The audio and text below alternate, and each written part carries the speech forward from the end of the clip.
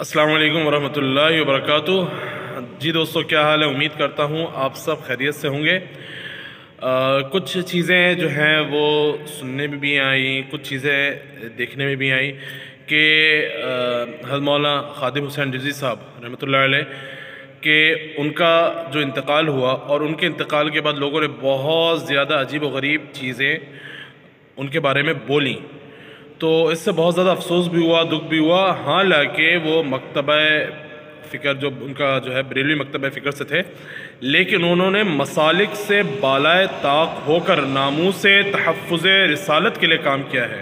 ختم نبوت کے لیے ایک عظیم الشان کام کر کے وہ گزرے ہیں۔ تو میرے پیاروں، ہمیں بالکل اس طرح زیب نہیں دیتا کہ اس طرح کے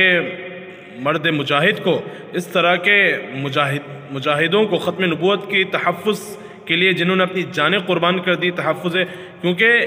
محسوس تو یہی ہوتا ہے کہ یہ طبعی موت نہیں تھی،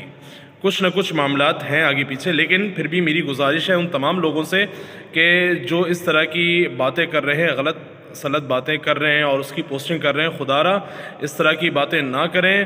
یہ جس طرح وہ ایک کام کر کے گزرے ہیں، جس طرح وہ ختم نبوت کے حوالے سے انہوں نے اپنے آپ کو وقف کیا، انشاءاللہ اللہ کی ذات سے پوری امید ہے کہ انشاءاللہ